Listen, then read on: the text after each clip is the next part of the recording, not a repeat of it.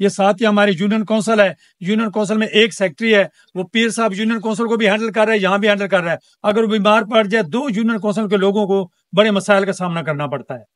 بسم اللہ الرحمن الرحیم، لاکھوں کروڑوں درود آپ صلی اللہ علیہ وآلہ وسلم پر اور آپ کی آل پر۔ السلام علیکم ناظرین، BTV نیوز کے ساتھ باقی بخاری حاضر خدمت ہوں۔ آج ہمیں ملا والی محکمہ زراعت کا آفس بھی یہاں پہ بنا ہوا ہے اور ہمارے ساتھ ایک شہری موجود ہے، ان سے پوچھتے ہیں کہ یہاں ملا والی آفس جو زراعت آفس ہے وہ کتنا عرصہ ریگولر اس میں ورک کیا ہے اور یہاں پہ کون کون سے آفیسرز آتے ہیں۔ السلام علیکم سر۔ وعلیکم السلام باقر بھائی، کیسے ہیں سر؟ الحمدللہ بھائی۔ کیا نام ہے سر آپ کا؟ عباس، حاجی غلام عباس۔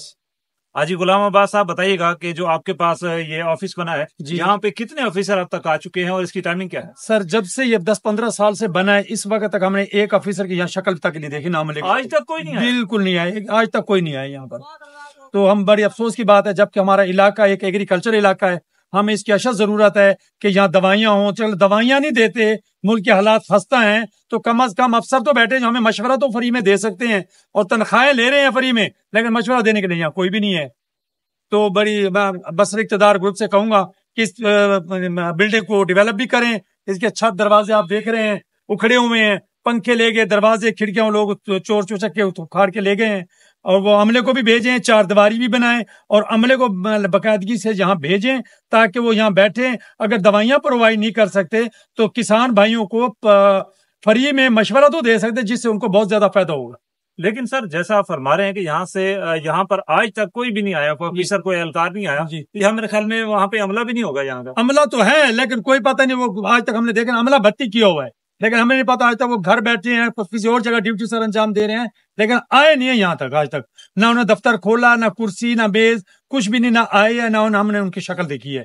تو ہم برسر اقتدار گروپ سے پھر درخواست کریں گے علاقے کے لیے، ہمارے شہر کے پر اس کا سیوریج کا نظام بھی بڑا درم برم ہے، اور بڑے مسائل ہیں۔ قبرستان نہیں ہمارے یونین کونسل میں، کھیلوں کا گراؤنڈ نہیں ہے، جس طرح آپ نے خستہ حالت بلڈنگ دیکھ لی زراعت کی۔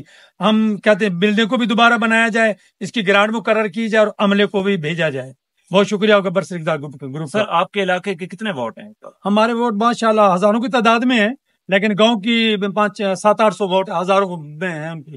گاؤں برابر شہر کے جو ووٹ ہیں 700-800 ہیں، اس کے باوجود بھی یہاں فیسلٹیز نہیں ہیں؟ کوئی فیسلٹیز ہی نہیں ہے، سیوریج کا نظام بھی درم برم ہے، اور زراعت کا آپ نے دیکھ لیا۔ جی ناظرین، یہ تھے ہمارے ساتھ شہری جو کہ بتا رہے تھے کہ یہاں پہ جب سے آفس بنا ہے تقریباً 10 سے 12 سال کا عرصہ گزر گیا ہے، آج تک یہاں پہ نہ کوئی آفیسر آیا نہ کوئی عملہ آیا ہے۔ تو میں بھی درخواست کروں گا اپنے تمام پولیٹکس حضرات سے کہ یہاں پہ عملہ بھیجیں 4 دیواری، تاکہ یہاں کے لوگوں کو فیسلٹیز مل سکیں۔ Thank you for watching BTV news. اللہ حافظ۔